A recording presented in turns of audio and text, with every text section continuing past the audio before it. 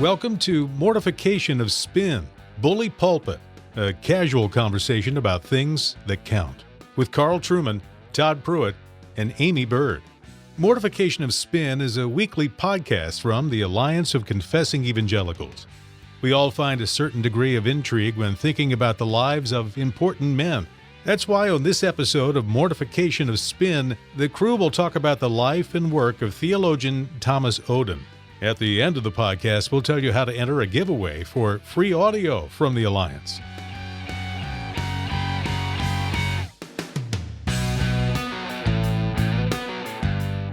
Well, welcome to Mortification of Spin, Bully Pulpit. My name is Todd Pruitt. Glad to be here with you as always with Carl Trueman and Aimee Byrd. And we're here to talk to you today about a man and his book. This year, Thomas Oden, the theologian, published his biography entitled A Change of Heart, a Personal and Theological Memoir.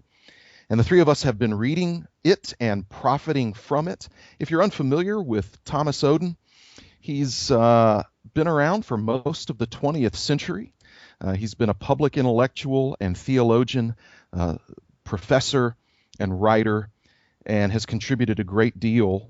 Although oftentimes we don't know him and know what he's contributed, he's nevertheless contributed a great deal to the theological discussion within the broader context of evangelicalism. His story is fascinating on a number of counts. He came to prominence as a young theologian in the radical tradition, radically theological as well as social and political.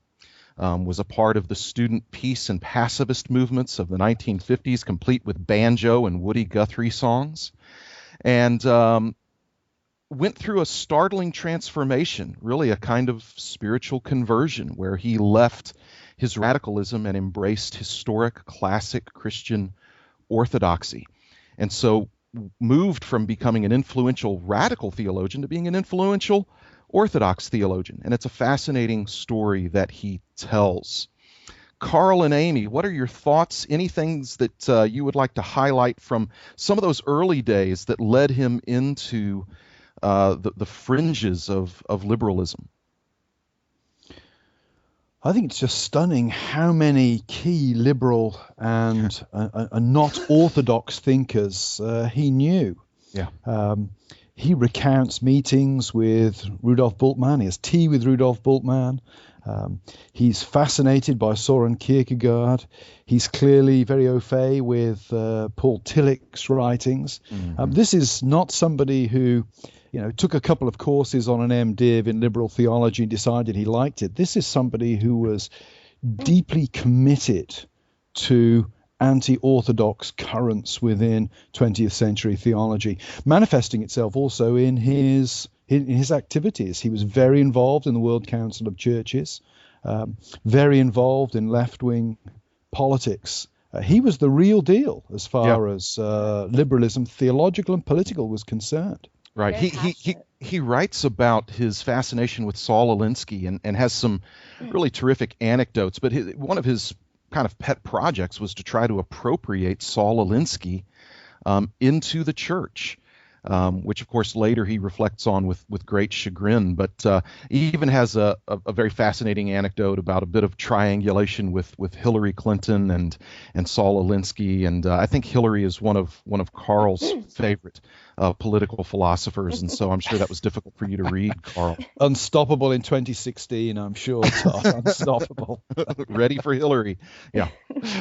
Well, on page 43, he says that what he most loved, the three things he most loved was, and wanted to learn about, was the will to power as taught by Nietzsche, the desire to understand the sexual roots of all behavior as taught by Freud, and the search for radical social change as taught by Marx.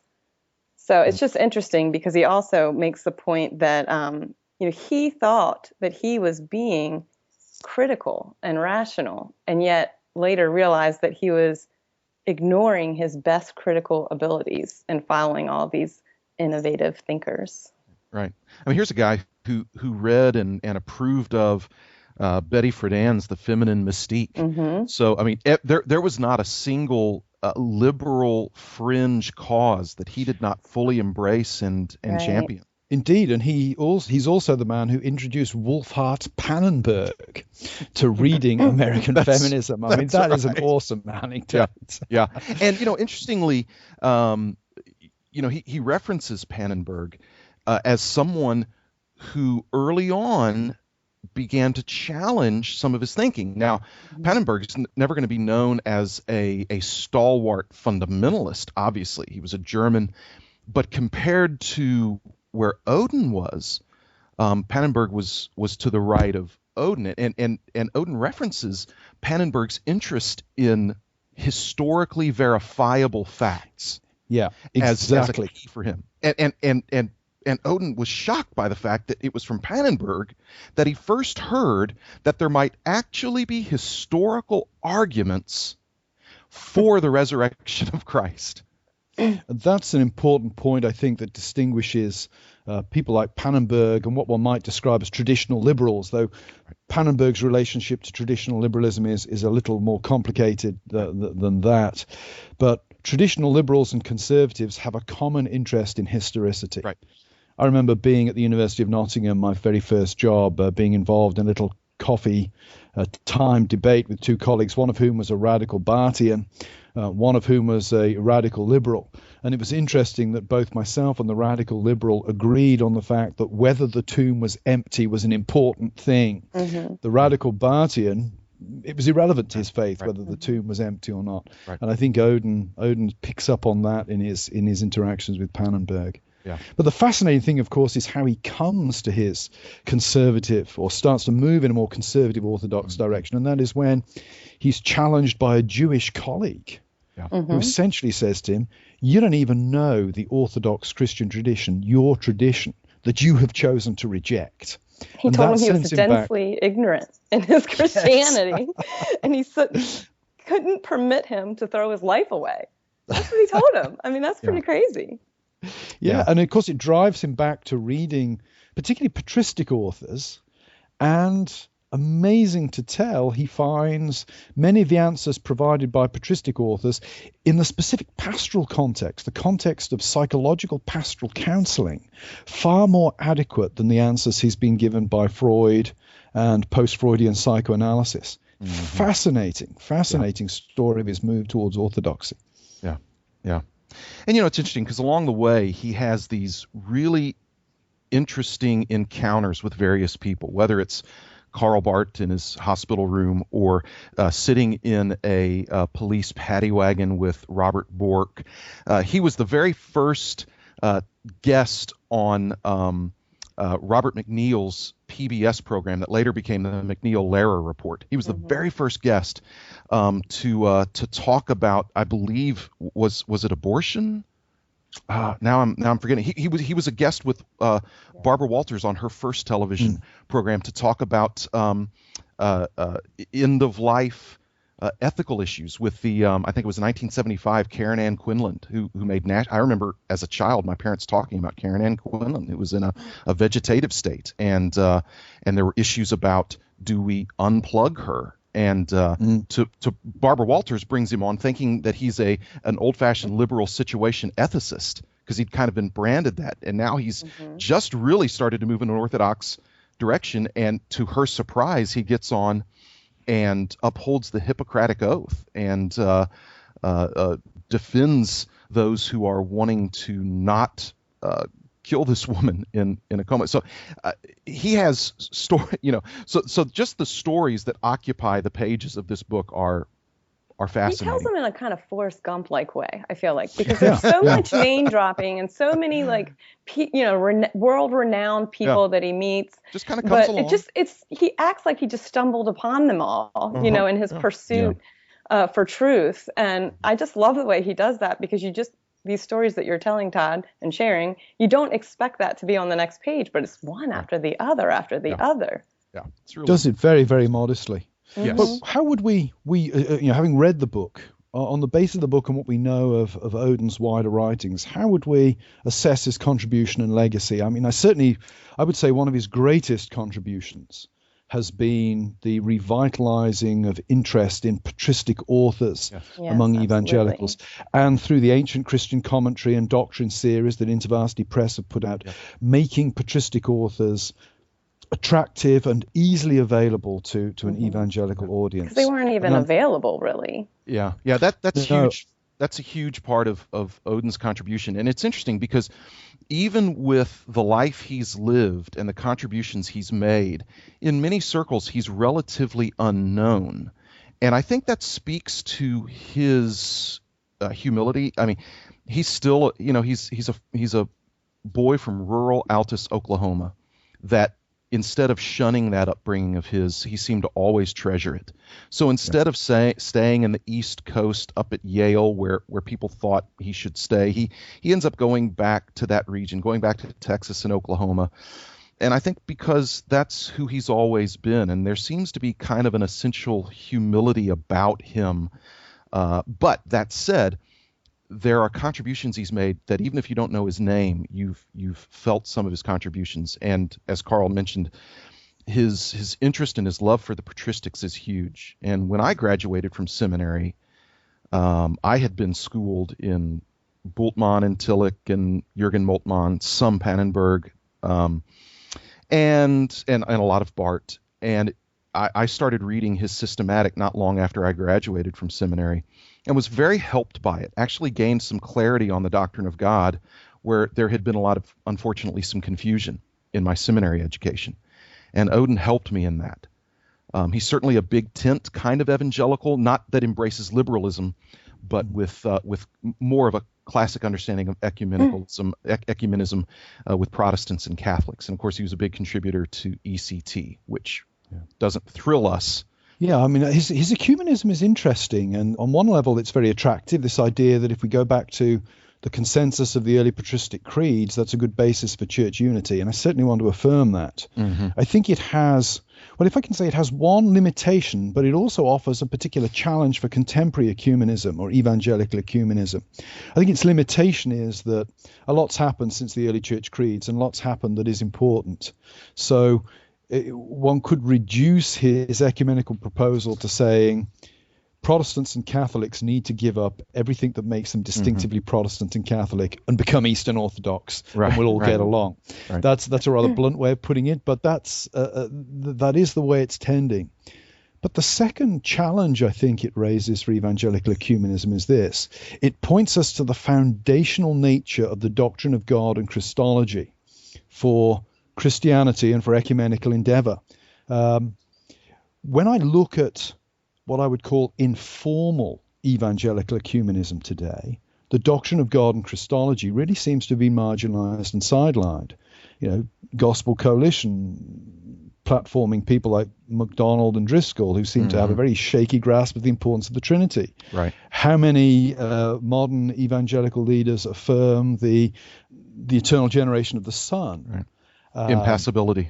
Impassibility and immutability of God. And let's not forget that heterodoxy has historically crept into the church when people have tinkered with the doctrine of God more than the doctrine of Scripture. So I think that what Oden does is he does point us towards the foundational nature of the doctrine of God that evangelicals by and large have neglected in favor of soteriology. And I'm not quite sure what to do with that at this particular moment in time, but I would say we need to be careful about dismissing an ecumenism that is rooted in the doctrine of God and then asserting a kind of stadium celebrity-driven ecumenism that marginalizes the doctrine of God and thinks that if you just play to soteriology, you're doing a good thing. And I think that's a question that Oden's legacy raises for contemporary conservative evangelicals that many conservative evangelicals aren't even aware of, let alone addressing at this point in time. Well, Carl, one thing you mentioned before we started recording, which I thought was an important point here, is that, you have a kind of ecumenism when John Piper appears on a stage with Carl Lentz, for instance, at the Passion Conference. That's ecumenism. It's just a bad ecumenism.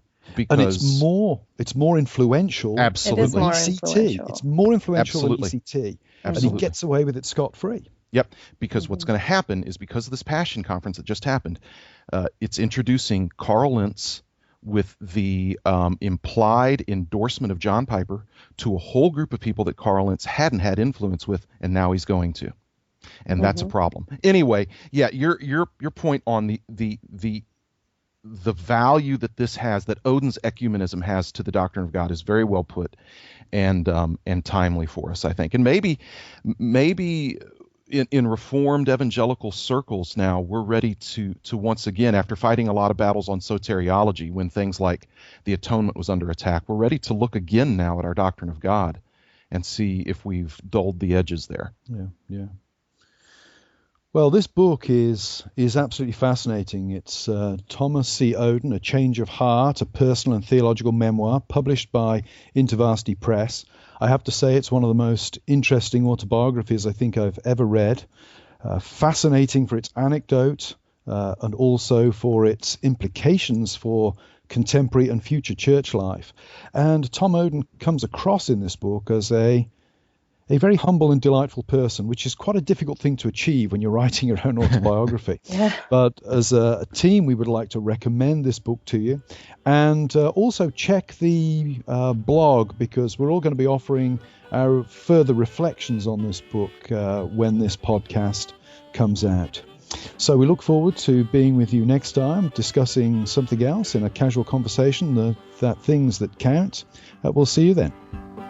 I ain't got no home, I'm just a roaming round, just a wandering worker, I go from town to town, and the police make it hard wherever I may go, and I ain't got no home in this world anymore.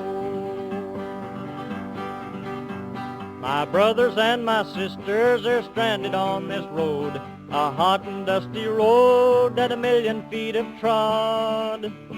Rich man took my home and drove me from my door, and I ain't got no home in this world anymore.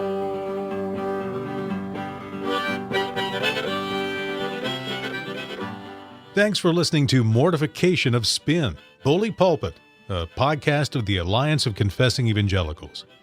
The Alliance is a coalition of pastors, scholars, and churchmen who hold the historical creeds and confessions of the Reformed faith, and who proclaim biblical doctrine in order to foster a Reformed awakening in today's church.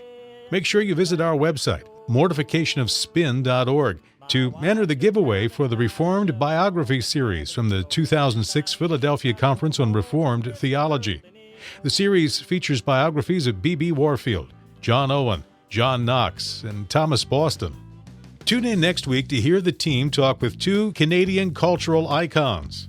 Honestly, any country that has given us William Shatner, I'm a fan of that country. So, well, hockey is actually a greater export than William Shatner. Hockey is a real sport, other than this baseball thing that that Americans have going on. Stop it. Well, I mean, I'm just saying that hockey is an actual real sport, and baseball, where they're having this World Series featuring two teams from the United States. It's just exhibiting a little bit of hubris, I would have thought. Hear more next week. Thanks for listening, and don't forget to visit mortificationofspin.org to download your free MP3.